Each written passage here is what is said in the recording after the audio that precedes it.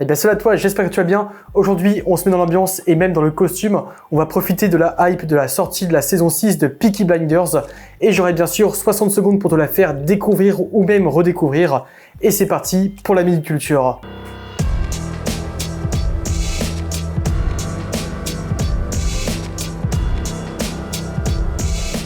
Donc j'ai enlevé ce petit chapeau parce que là je commence à avoir chaud. C'est parce que je tourne en pleine canicule et j'avoue que j'ai très chaud dans ce costume. Et nous voilà plongés dans les années 1919 dans les quartiers pauvres de Birmingham. Peaky Blinders est créé par Steven Knight, un scénariste et un réalisateur britannique. C'est une série qui comporte 6 saisons et comme je l'ai dit tout à l'heure, la 6e saison vient tout juste de sortir. Donc, Steven Knight a annoncé qu'après la diffusion de la dernière saison, il y aura sans doute un long métrage pour clôturer la série. Après la Première Guerre mondiale, un gang nommé les Peaky Blinders fait régner sa loi à Birmingham, qui est une petite ville en Angleterre. Et à la tête de ce gang, on retrouve une famille nommée les Shelby, dirigée par un homme charismatique, Thomas Shelby. Et le gang vit principalement de paris illégaux, comme des courses de chevaux et de contrebande. Le but de Thomas est d'ailleurs de légaliser ce business pour mettre à l'abri sa famille et être tranquille. Dans la saison 1, on retrouve Winston Churchill, donc lui-même, qui envoie un inspecteur de la police royale irlandaise pour mettre la main dans le sac et de nettoyer la ville, sauf que les Peaky Blinders n'aiment vraiment pas qu'on fouine dans leurs affaires. C'est bien sûr le pitch de la saison 1, mais je préfère pas trop en dire pour bien sûr garder le suspense pour les prochaines saisons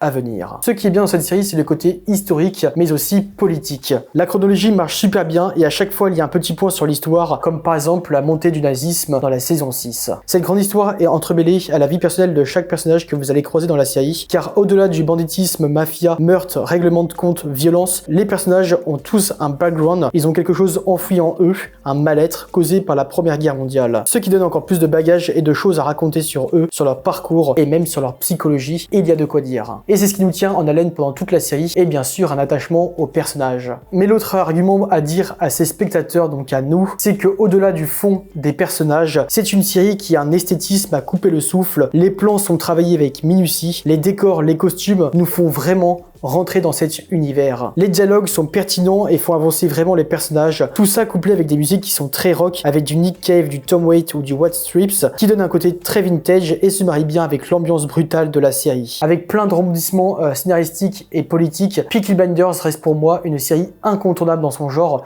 Si tu aimes ce genre d'ambiance, n'hésite pas, vas-y tête baissée. Elle est disponible actuellement sur Netflix avec ses 6 saisons. En tout cas, je te le recommande à 100%. Mets-moi dans les commentaires ce que tu en as pensé. N'oublie pas de me mettre un petit like et bien sûr à t'abonner, ça me ferait super plaisir. Et on se retrouve très vite, donc mercredi prochain à 18 h. Merci de m'avoir écouté, c'était la Minute Culture et ciao ciao. I'm looking for Thomas Shelby.